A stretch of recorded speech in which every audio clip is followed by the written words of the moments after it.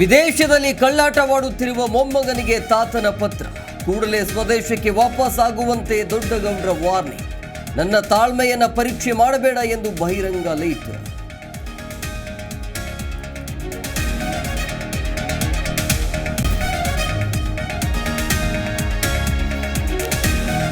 HDK ಎರಡನೇ warning. Prajwal don't care.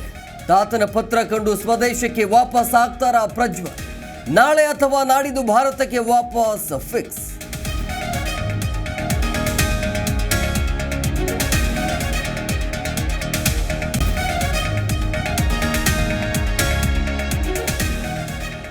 Prajwal ನನ್ನ ವಿದೇಶಕ್ಕೆ ಕಳುಹಿಸಿದ್ದೇ ದೇವೇಗೌಡರು.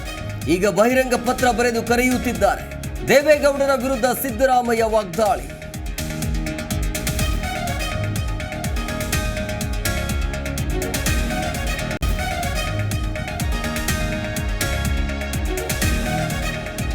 ರೇವ್ ಪಾರ್ಟಿ ಕೇಸಲ್ಲಿ 6 ಮಂದಿ ವಿರುದ್ಧ ಎಫ್ಐಆರ್. 1.5 ಕೋಟಿ ಮೌಲ್ಯದ ಡಿಜೆ ಉಪಕರಣಗಳು ಸೀಜ್. 103 ಮಂದಿಯ ಪೈಕಿ 86 ಮಂದಿ ಡ್ರಗ್ ಸೇವನೆ ಕನ್ಫರ್ಮ್.